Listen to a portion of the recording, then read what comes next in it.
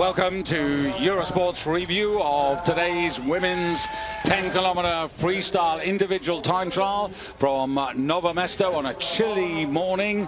It was a lot colder. Mike Dixon alongside myself, David Goldstrom, for this 10-kilometer journey, and it's two 5-kilometer laps here in this very wintry resort.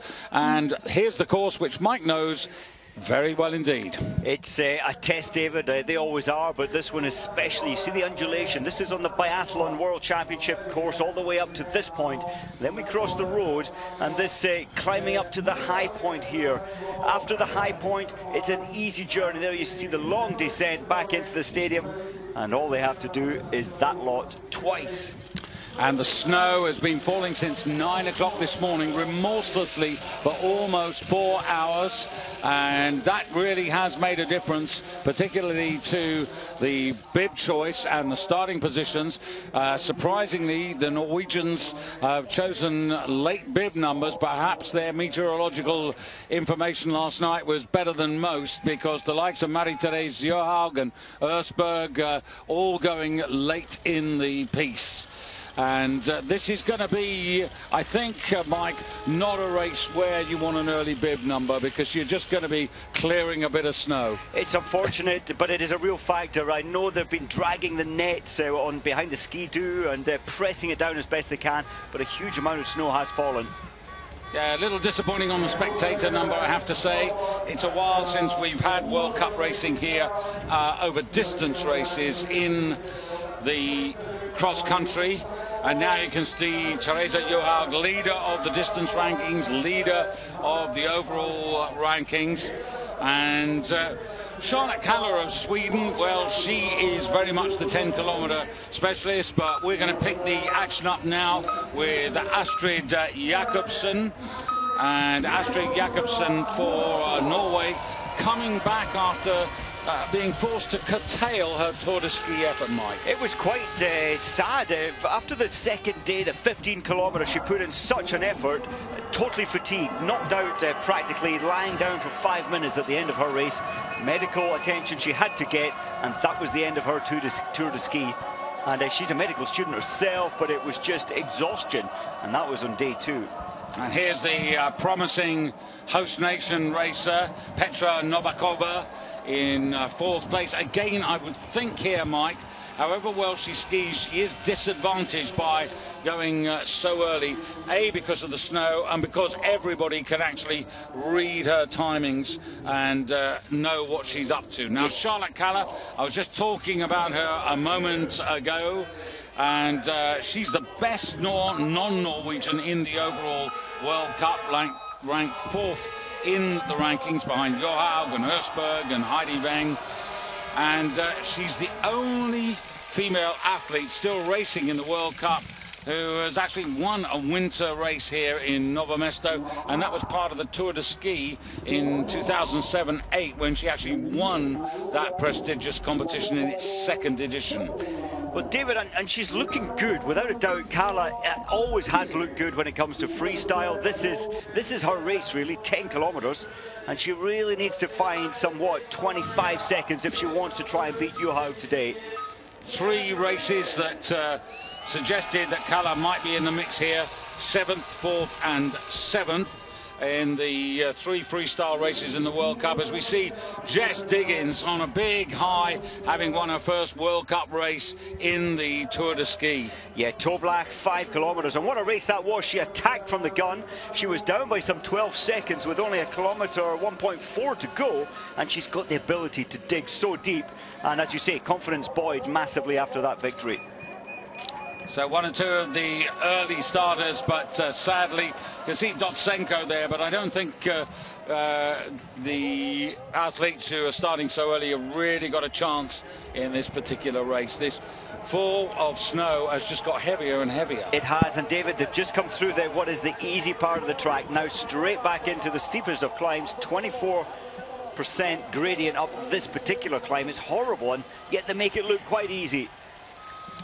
So it'll be interesting to see what Jess Diggins does in the first section. We've got an indication of how well they go in the first 500 metres, but I think really it's the first 3.5 kilometres where we really get a feel of this race. And Diggins to be followed out of the start gate already on her way. Germany's Nicole Fessel, Sadie Björnsson, and interestingly, you've got Johaug with bib 54, Weng with bib 56, Ersberg with bib 58, Niskanen of Finland with bib number 60. I was just thinking, David, prior to the race, it's less than 2 weeks since the end of the Tour de Ski, and the big names, Johaug, Ersberg, Weng, well, Kala obviously was fourth there, but I think that this race in these tough conditions will see an element of fatigue, maybe more proportional fatigue than in some of the less well-ranked athletes.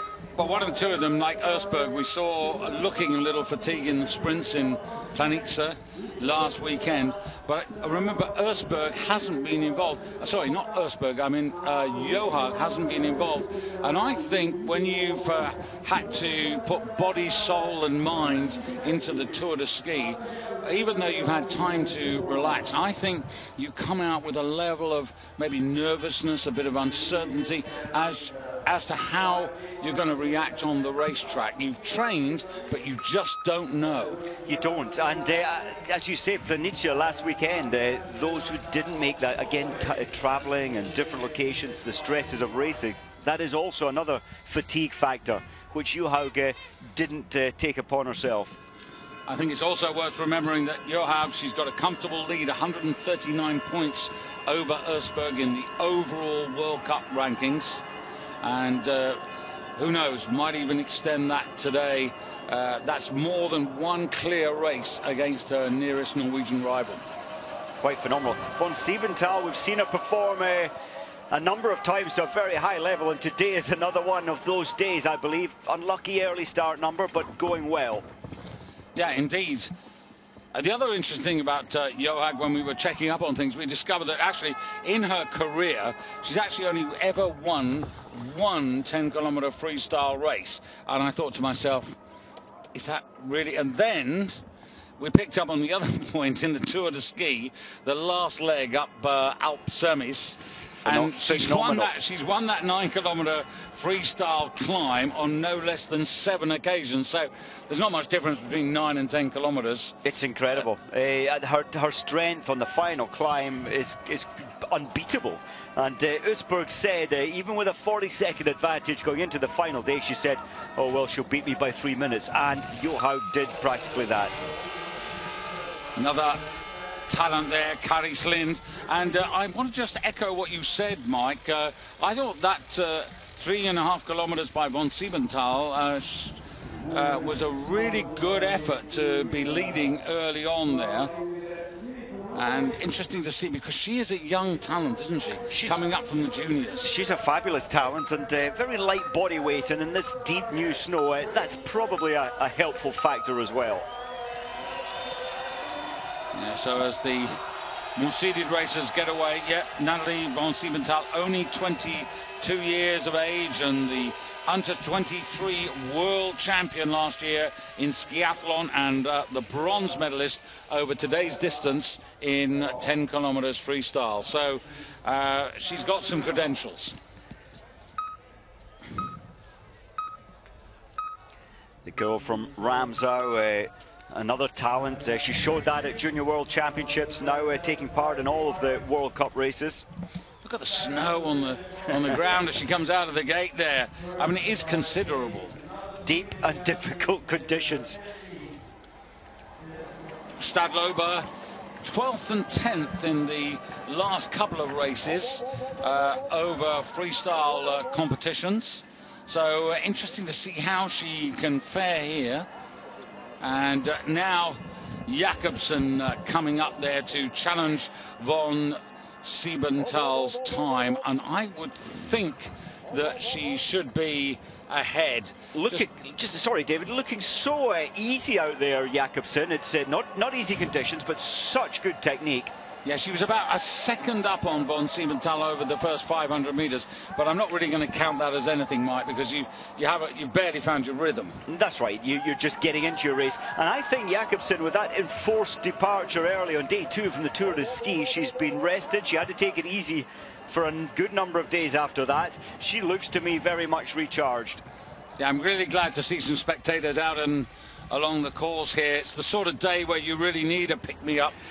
You know, if you're going well, they can congratulate you. If you're having a bit of a hard time, they might just lift you up a little bit as Mononon gets underway. And I'm just thinking back, David, 2013, the Biathlon World Championships on these very tracks, and each day we had over 20,000, sometimes 26,000 people in the stadium and around the tracks.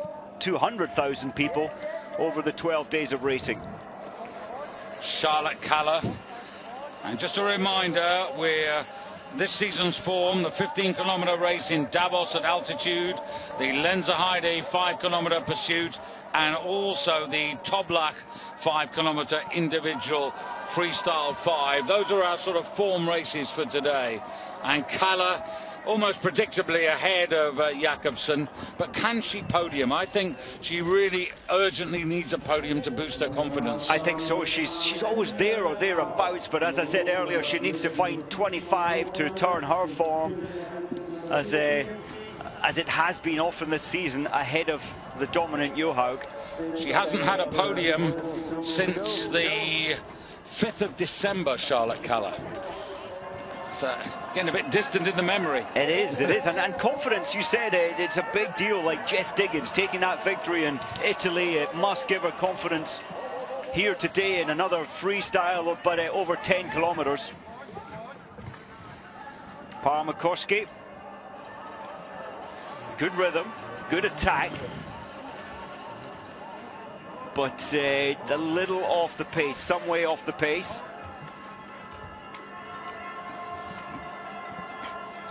So Kaller in the lead at 3.5 kilometers, but still a long way to go. But remember, Olympic champion over this distance in Whistler in 2010. But we were talking about her during the Tour de Ski. We wonder whether these days she can sustain a lot of racing. It's interesting. You would expect so. And remember, when she was only, what, 20-year-old, she won that Tour de Ski. It did knock her back for some time. It took a lot out of her. Well, a lot of big names still to get to 3.5 kilometers. In fact, the bookmakers' favourites, the Norwegian posse. And here's Jess Diggins. Now, Jess Diggins is in the background here. And this is a racer. Well, during the Tour de Ski, the Americans, they had the sprint win with Sophie Caldwell. And then they had this success with Jess Diggins. And she so thoroughly deserved this 24-year-old from Afton in Minnesota. Remember, she was the world silver medalist last year in Falun, over 10 kilometers in freestyle, as the Norwegian #1 gets underway. #1 in every sense of the word. So the main contenders have almost all started their attacks. So just getting underway, Heidi Weng, and then it'll be Ingvild Flugstad Ørsberg. It'll be away in just about a minute, and then it'll be Niskanen at another minute's gap, and then really all the main contenders will be getting underway, and the shape of the race really will begin to take form. We've seen Teresa Johaug already on her way, and as we've said, it's going to be really tough for the early starters. I think this is a race where, Mike, it's going to be all down to starting with a high tempo and keeping that tempo driving all the way through. When we looked at Johaug, real determination. Yeah, very much so, and these soft conditions, long strides, long reach-out gliding movements, it's absorbing your energy, so frequency is the key. So they get away. Johaug at the moment the fastest through the first 500 meters, ahead of Jakobsen, her teammate, by 1.5 seconds. Likewise with Heidi Vang. Novikova, who's already finished. The Czech Republic started very, very fast, faster than Jakobsen, faster than Vang, but she paid the price, as we could see when we saw her in the earlier part of the race. Jakobsen, I love the way she's pacing this, David. We saw her slightly less tempo early on. She's now picking it up as this race unfolds. She seems to be getting stronger. So Kalle at the half distance now.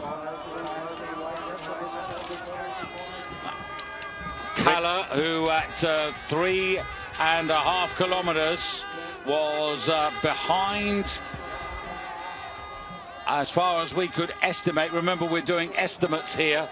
And Kalle chasing Jakobsen, who started a minute ahead of her. And Kalle with a couple of seconds in hand. Well, I have to say, she's certainly the body attitude, the manner in which Jakobsen reached up and kept the hips so far forward up this hill composed. Kalle, on the other hand, a lot of shoulder movement, some movement through the hips. Yeah, but what she had, she's given away to the likes of Jakobsen, who's now just that whisker quicker than her. Tough part of the course, under the bridge, huge climb up here. And look at this, here comes Østberg on her first loop, right behind Kalle on her second rotation. Well, that should help Kalle, assuming that Østberg will pass her, and then Kalle only needs to get in and draft in behind her. Yeah, just wonder how fatigued Østberg was, because she certainly was emptied at the end of the Planica sprint. 1 or 2 more to get away, but with no disrespect to them, they're not going to have an impact. And in fact, the last racer now has left the start gate. And this is the huge climb talking about. It's been relatively easy to this point from the stadium. So here we are at the half distance, and here's Mike Dixon. So Parmakoski, she started well. She's still holding that pace at 14.6 behind Jakobsen. And as I mentioned, I just feel Jakobsen has got her pacing absolutely perfect today. And that enforced recovery after day 2 of the Tour de Ski, where she had to go home and rest up, it certainly seems to be paying dividends at the moment. Parmakoski, you can just sense and feel that this is the hardest point of the course, having climbed this short but very, very steep hill. Now Jessie Diggins, she started with aggression, with focus to try and get another podium, and so far so good at 5.5 kilometers, still absolutely in the fight and looking confident, looking composed.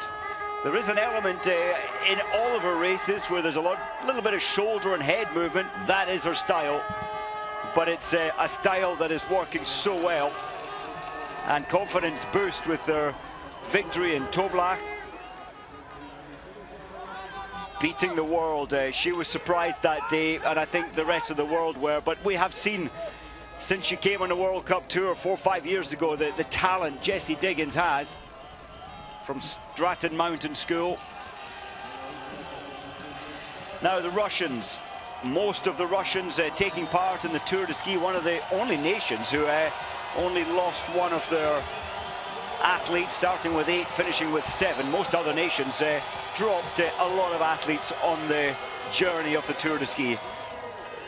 Novikova 45 behind, she started very strong, and actually it's going to be a good time when we look at it at the end of the day. Look at it, because it was an early bib number, slightly disadvantaged in this heavy snowfall we had earlier this morning.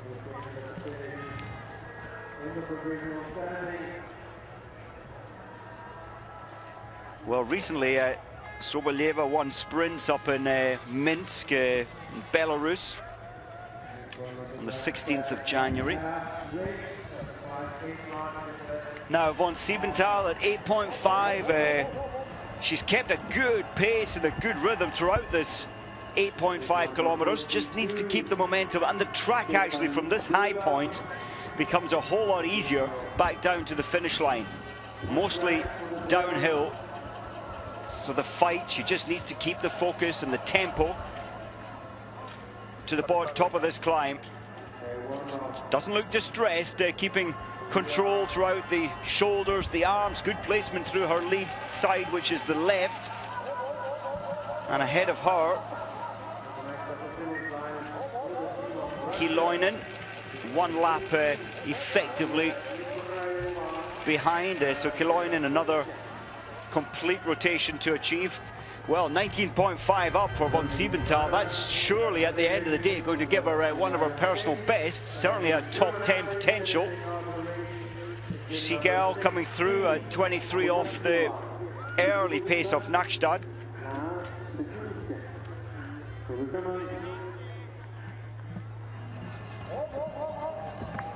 Now the red suits, many of them, and we've seen so often the Norwegian red suit on the podium, if not practically all season long. Jessie Diggins disrupting that trend in Toblach.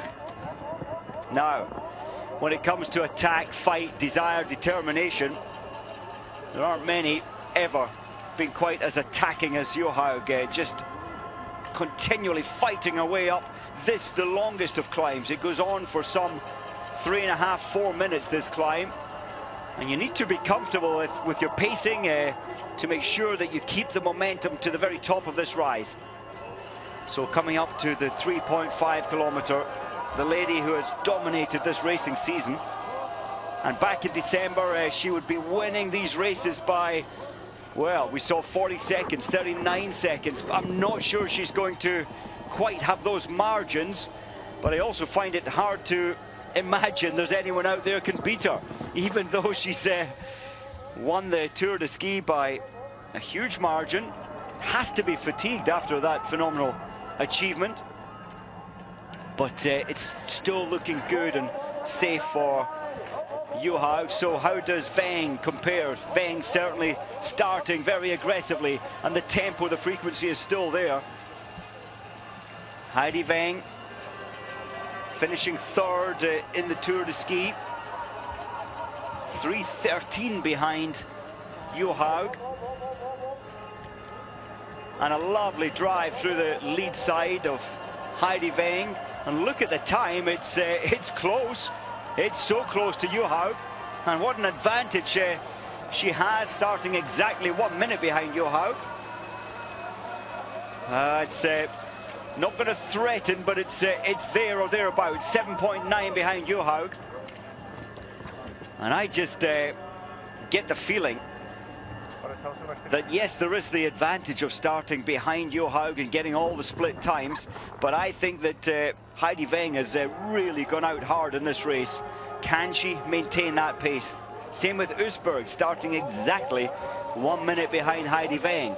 Again, getting all the early readings, but if your body's tired, the brain is saying stay at this pace, stay with the pace of Johaug and Veng, but will it catch up as the race unfolds? I fear it might. So Kalla,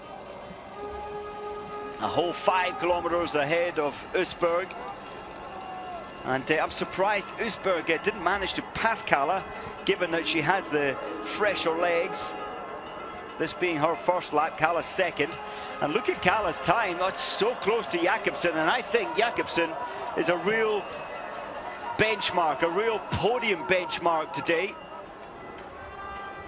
So Kalla at 8.5, and just the easy part of the course, desperate to get into the tuck aerodynamic position, but needs to work around this corner, keep the momentum going into the final stages of her race, and the easiest part of the course back down into the stadium. You can see the track going, bearing left through the woods, then right, and then there's a slight climb up into the stadium. Well, the spectators certainly braving the weather.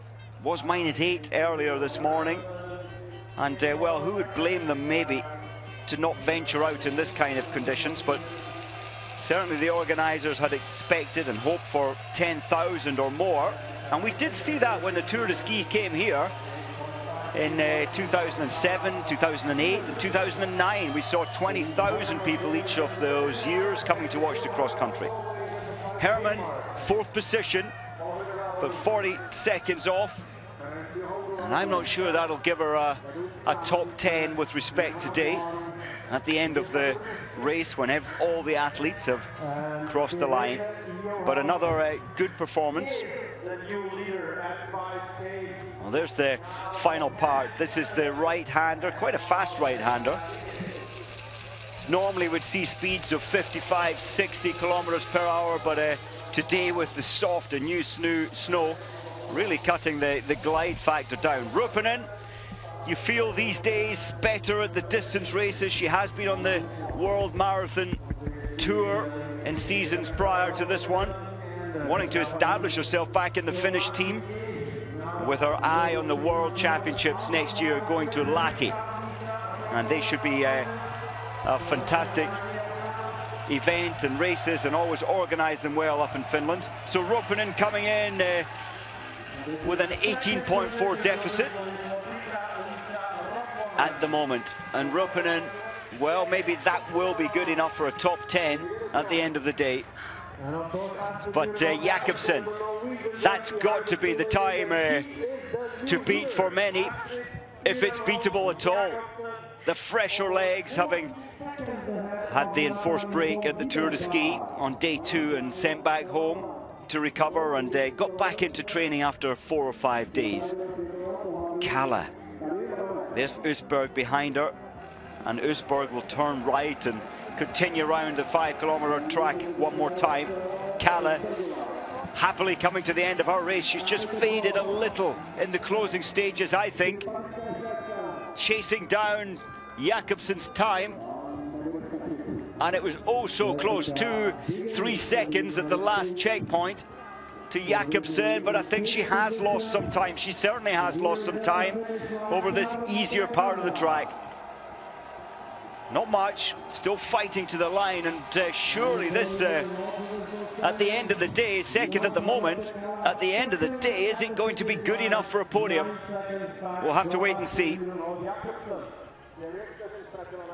Well, good effort from Kalle, and delighted to be in the champion's chair for Jakobsen. It's got to be pleasing. She must realize that this might stand the test of time, depending on how tired Johaug feels after the Tour de Ski. So, under the road again. Coming up to the 5.5, so the journey through the stadium, the easiest part of the track. You've had recovery, and now you can open up on the turbos onto this part of the course. But weeping some time there is Johaug. Sorry, Heidi Weng, I beg your pardon. And she does seem to have lost a little bit of her composure. Be interesting to see if she can maintain that kind of margin, or even close down now on her teammate Jakobsen. Parmakoski coming into the final stages of her race. Really, I would say more an out-and-out classic skier, but improving steadily when it comes to freestyle. Couple of 100 meters left for Parmakoski. In fact, she's going to be very close to her teammate's time. Ruppinen there at 56 seconds behind. She might just slot in. She will, just ahead of Ruppinen. 4th and 5th for Finland at the moment. Now Jessie Diggins, she went out with huge aggression. She's continued that fight all the way to the line, and second place, just 4.7 seconds behind Jakobsen's fantastic early time, and the time to beat here. Well done, Jessie Diggins. Well done, America. Another wonderful performance, and confidence growing every time we see Jessie Diggins on the start line. Will that remain a podium position? I think it might.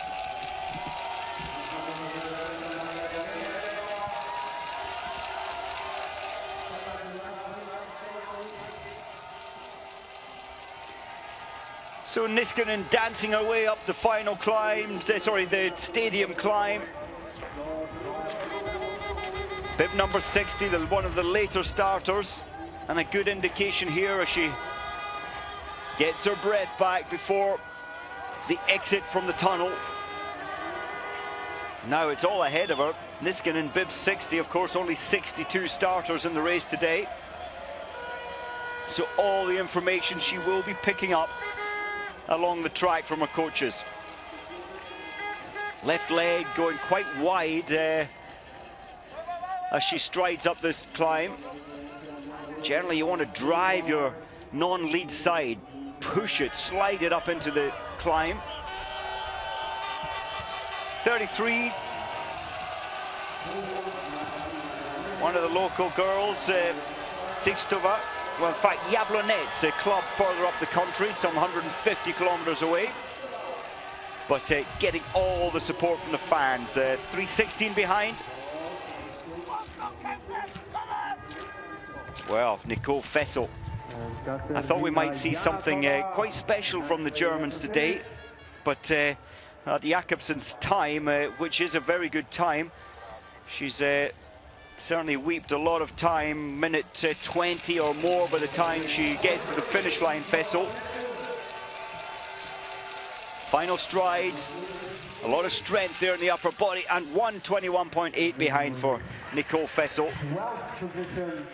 Girl from Oberstdorf, where the Tour de Ski went on, I think, day 3, race 4. Well, there's confirmation at the end so far. Still big names out on the track, but Jakobsen with the early lead time. Diggins in second place and may well stay on the podium. Fessel, we've just seen her 12th position. Welcome back to the closing stages of the women's 10-kilometer freestyle. Björnsson from America setting a good early pace, dropped a little in the final stages, but it's a good and sound performance. 1:06 behind and 7th position at the moment. Well, she'll be so impressed to learn that her teammate Jessie Diggins in 2nd position at the moment. Möninen coming up to the 8.5 marker, bib 48. Well, Finland all in the similar bracket in terms of their times to this point, those ahead of her. And 48 seconds off the pace. Parmakoski we've seen come in from Finland, and Ruppinen, all within a few seconds of each other. Steffi Böhler now. Final stages is going to be over just over a minute behind Jakobsen. And as the race unfolds more and more, it seriously looks like Jakobsen could win this one. Depends on how Johaug out on the track feels in the final stages, but certainly likely to remain on the podium. Böhler 1:10 behind. And a good bib number, I think, today, where she's sandwiched in the in the middle of the race. Another one of the Finns coming up towards the 8.5 kilometer. It's Ankiloinen. Just the tempo's just beginning to drop back a little. The attack to the top of this final climb, and it is an easy descent to the finish from here, relative, although you're not getting much glide factor today in these heavy snow conditions, just making it so much harder out on the tracks. Haga coming up the hill to our 8.5 marker. Haga finishing 8th in a 6th overall in the Tour de Ski, which made it a total of 4 Norwegians in the top 6 finishers, strength to strength, and from strong to stronger. We're now looking at Therese Johaug.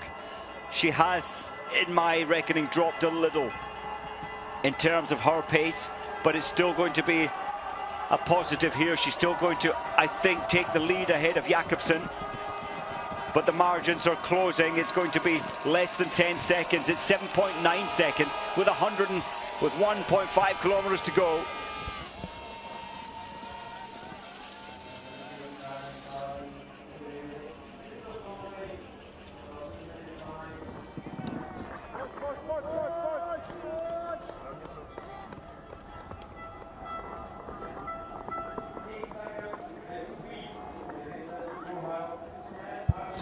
So the final descent, and Therese trying to tuck low here.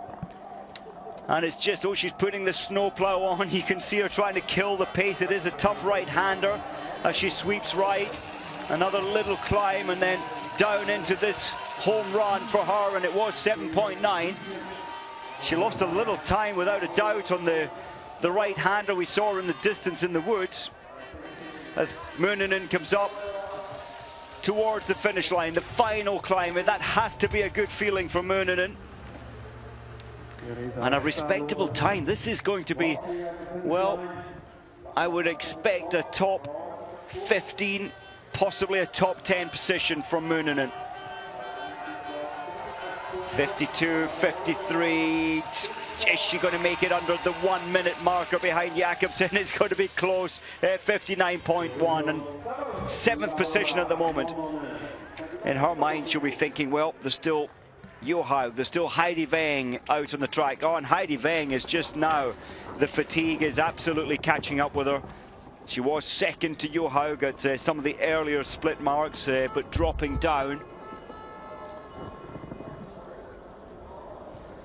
But Heidi Weng will keep the fight to the line, of course she will. And getting all the times throughout this course on that of Therese Johaug ahead of her.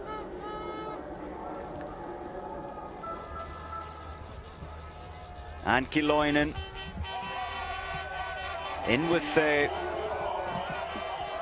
teammates there. There's a whole group of Finnish athletes around the 48-second to 105 behind Jakobsen's time, and it's 55 seconds for Kiloinen. There's Ruppinen just behind her. And they'll be wondering what they have to do for the World Championships next year at home in Finland, in Lahti, to try and beat the domination, break the domination of the Norwegian women. Haga, final attack to the line, and it's looking good for Haga. Surely this is going to slot in 4th position. Absolutely, 24.8. Well, she is the lady of cross-country skiing this season. Marit Bjørgen, of course, away, having just had a child there at Christmas time, but she will be back. But it's all about Therese Johaug. I felt she was slowing down. The last checkpoint was 7.9 ahead of Jakobsen, and it's definitely dropping just a little, but it's likely that it's going to be yet another victory for Johaug. Oh, so tight. Jakobsen in 2nd place, and Johaug with yet another victory, 4.6 ahead. What a race. And Heidi Weng, we saw at the last checkpoint, some 28 seconds behind Johaug's time. She's found something now at the end of the race, trying to get herself onto the podium, but I don't think she's going to achieve that. So Heidi Weng, ranked 3rd in the overall World Cup with 1,050 points. Johaug with 1,384. So Heidi Weng securing another good position and just losing another 3 seconds to Johaug in the last 1,500 meters. Østberg's still out there, and Østberg is ranked 2nd in the world at the moment with 1,245 points. And a little like Heidi Weng, just losing pace in the final quarter of the race, losing quite a lot there for Østberg. 8th position. Well, the intensity and every day at the Tour de Ski was like a surprise for Østberg. She couldn't believe she was still leading the Tour de Ski. But today, again, it's about Johaug. Unlikely to be beaten. There's nobody out on the track who can threaten her. Niskanen, throughout the race, has put up a good fight, and I think she will manage to place a top 10 and ahead of the rest of her teammates. They're all ahead of her. She's the last of the Finns out on the track. So Niskanen coming in for her finish. And what's it going to be? Can she keep it at 8th position? I think she can, but she needs to reach out. She does, just taking the 8th position here in Nove Mesto. Only 2 remaining out on the track, and Niskanen's pace was quite a bit faster than them. Well, there's the smiles of the podium athletes. Johaug, Jakobsen and Jess Diggins on our right, in that order, first, second and third. Always a big smile from Jess Diggins and from Johaug and from Jakobsen. Well done to them, and well, a little low on spectators, but it has been another fantastic distance race. Confirmation: Johaug, Jakobsen, Diggins and Charlotte Kalla just off the podium in 4th place.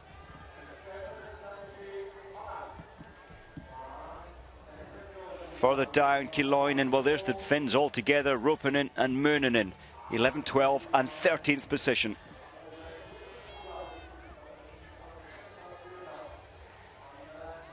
Nicole Fessel, 21st, 126 behind. Russia, Kalsina in the top 25. Well, a good chance to look at the actual World Cup standings, and again Therese Johaug just getting another leap ahead of our main rivals. Ösberg at the end of today finishing 9th, so just tiring in the last stages. Weng losing points to this phenomenal cross-country skier. So once again, Therese Johaug, although not as convincing, 4.6 seconds ahead of Jakobsen, 9.3 ahead of Jess Diggins. In December, early December, we would have been looking at a 35, a 40-second victory, but a win is a win. Well done to Therese Johaug for yet another victory.